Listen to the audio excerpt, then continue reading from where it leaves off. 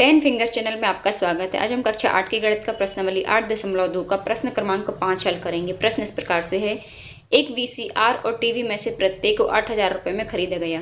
दुकानदार को वीसीआर पर 4% की हानि और टीवी पर 4% का लाभ हुआ। इस पूरे लेन देन में लाभ अथवा हानि प्रतिशत ज्ञात कीजिए। तो आप लोगों ने वीसीआर नाम शायद पहली बार सुना होगा या वीसीआर सुना भी होगा, देखा नहीं होगा। तो वीसीआर क्या है, जैसे सीडी प्लेयर होता है ना, उसी तरह का एक होता था इंस्ट्रूमेंट। उसमें कैसेट को फंसा के उसमें वीडियो ऑडियो टीवी पर देखी जाती थी। अब तो आजकल उसकी जगह सीडी प्लेयर चलने लगे हैं, सीडी आ गई हैं, डीवीडी आ गई हैं, उससे देखते हैं सब लोग, मूवीज गाने सुनते हैं, देखते हैं। तो इस क्वेश्चन को शुरू करते हैं। इसमें सबसे पहले तो जो हमें दिया है वो हम लिख लेंगे। इसमें हमें वीसीआर के लिए सबसे पहले हम वीसीआर का विक्रय मूल्य निकालेंगे और फिर टीवी का विक्रय मूल्य निकालेंगे और दोनों का विक्रय मूल्य जोड़ के उन दोनों में से क्रय मूल्य को घटा देंगे। सबसे पहले हम करेंगे वीसीआर के लिए।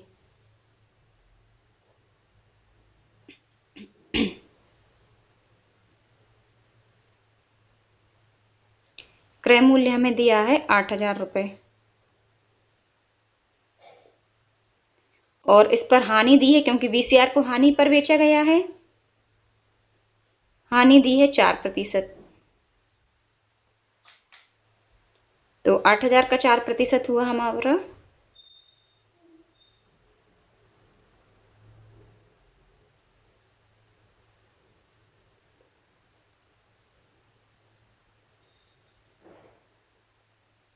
यहाँ पर हानि का प्रतिशत भी लिख सकते हैं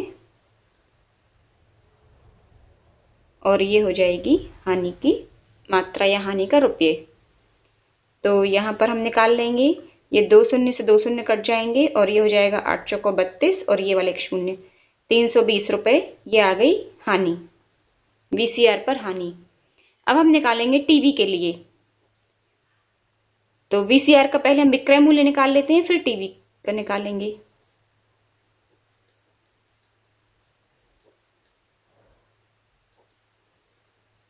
ये हो जाएगा 8,000। इसको पहले फॉर्मूले के रूप में बता दूं, विक्रय मूल्य निकाला जाता है क्रय मूल्य माइनस हानि। अब देखिए, क्रय मूल्य माइनस हानि आ रही है और यदि लाभ हुआ होता तो क्रय मूल्य प्लस लाभ आता। ये बिल्कुल एक सिंपल सी बात है। जैसे कि मान लीजिए आपने कोई पेन खरीदा 10 रुपए में और फिर उसको आपने बेच दिया 8 रुपए में। खरीदा ये क्या है, क्रय मूल्य, और 8 रुपये क्या है, विक्रय मूल्य। तो हानि कितने की हो गई, 2 रुपए की हो गई। क्रय मूल्य में से विक्रय मूल्य घटाए तो हानि आ गई। इसी तरह क्रय मूल्य में से हानि घटाएंगे तो विक्रय मूल्य आ जाएगा।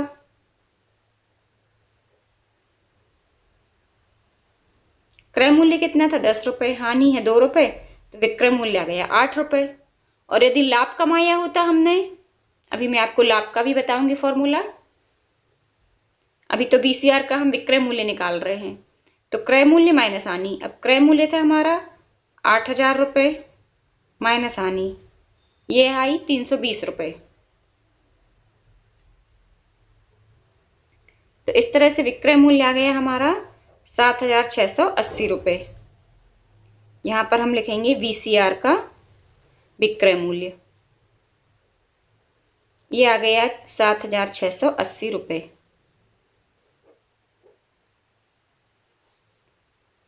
अब हम निकालेंगे ये। अब टीवी के लिए हम पहले क्रय मूल्य देखेंगे, फिर उसका लाभ देखेंगे और फिर हम उसका विक्रय मूल्य निकालेंगे। तो हमने हेडिंग डाल दी यहाँ पर टीवी के लिए। ये वाली थी हेडिंग वीसीआर के लिए और ये वाली आ गई टीवी के लिए।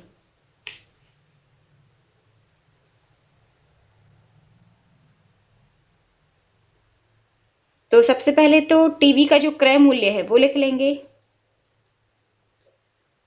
क्रय मूल्य हमें दिया है 8,000 रुपये, क्योंकि दोनों खरीदे तो 8,000 में ही है। फिर इसमें लाभ कमाया है, तो हम लाभ का प्रतिशत नहीं लिख रहे अलग से, केवल हम इस पे लाभ लिख दे रहे हैं। तो लाभ हो जाएगा इसमें 8,000 गुणा 8%, अर्थात 8000 गुणा 8/100। तो ये आ गया हमारा 8 अठैया 64 और ये एक शून्य, 640 रुपये। अब टीवी का विक्रय मूल्य,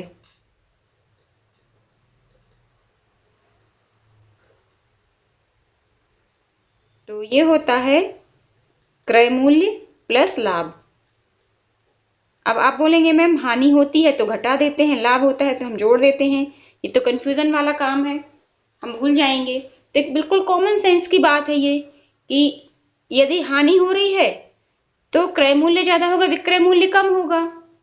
कोई चीज जब हम ज्यादा पैसों में खरीदेंगे और कम पैसों में बेचेंगे तो हानि होगी, और हानि हमेशा उसमें से घटाई जाएगी, तभी तो हम विक्रय मूल्य निकालेंगे। और इसी तरह से लाभ है तो विक्रय मूल्य अधिक हो जाएगा क्रय मूल्य से, तो हम क्रय मूल्य में लाभ को जोड़ देंगे तो विक्रय मूल्य आ जाएगा। आप इसको थोड़ा सा प्रैक्टिकल में लेके देखिए। अब टीवी का विक्रय मूल्य आ गया, ये आ गया 8000 प्लस 640, तो ये आ गया 8640 रुपये। हम इसको अलग से लिख देंगे टीवी का विक्रय मूल्य।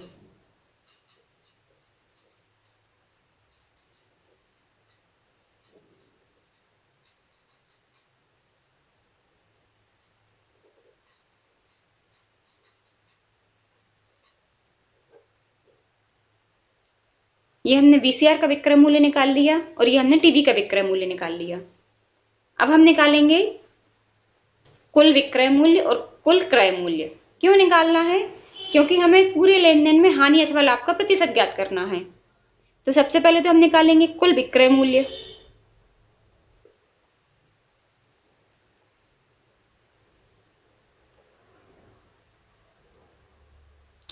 ये आ गया, वीसीआर का था 7680 रुपये और टीवी का था 8640 रुपये। इन दोनों को हम जोड़ लेंगे तो ये आ जाएगा हमारा 16320 रुपये। ये आ गया कुल विक्रय मूल्य। अब हम निकालेंगे कुल क्रय मूल्य। क्रय मूल्य तो सिंपल सा दिया है, 8000 टीवी का और 8000 वीसीआर का, तो ये हो गया 16000 रुपये। अब देखिए विक्रय मूल्य अधिक है और क्रय मूल्य कम है तो लाभ होगा, तो कुल लाभ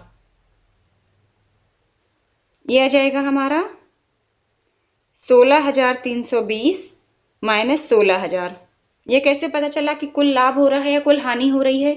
विक्रय मूल्य अधिक और क्रय मूल्य कम है तो लाभ हो रहा है, और यदि विक्रय मूल्य कम होता और क्रय मूल्य ज्यादा होता तो हानि होती। तो कुल लाभ हमारा आ गया 320 रुपये। अब पूरे लेन देन पर लाभ का प्रतिशत, क्योंकि हमसे प्रश्न में लाभ अथवा हानि का प्रतिशत पूछा गया है, तो हम लिखेंगे पूरे लेन देन में लाभ का प्रतिशत। देखिए जहां भी प्रतिशत की बात आती है लाभ या हानि की, तो वो हमेशा क्रय मूल्य पर ही निकाला जाता है। तो लाभ का प्रतिशत भी क्रय मूल्य पर निकाला जाएगा, और इसको हम लेंगे, ये देखिए 16000 पर हुआ है लाभ या हानि यानी कुल मूल्य पर, तो 16000 रहेगा नीचे और जो कुल लाभ हुआ है वो रहेगा ऊपर, और गुणा हम 100 कर देंगे क्योंकि हम प्रतिशत निकाल रहे हैं। बस इतनी से आपको समझने की चीज है कि ये नीचे जो आ रहा है ऊपर क्या आ रहा है। ऊपर तो सबको पता है कि लाभ आएगा, नीचे क्या आना है, 16000 आना है, 16320 आना है। तो 16320 तो विक्रय मूल्य है, क्रय मूल्य हमारा 16000 है, इसलिए नीचे 16000 आएगा। ये 2 शून्य से 2 शून्य यहाँ कट जाएंगे, एक शून्य ये वाला यहाँ से कट जाएगा, और ये आ जाएगा 16 दूनी 32, 2% आया है। तो हम लिखेंगे आंसर डाल के अलग से हेडिंग में, अतः पूरे लेन देन में लाभ का प्रतिशत बराबर 2 होगा।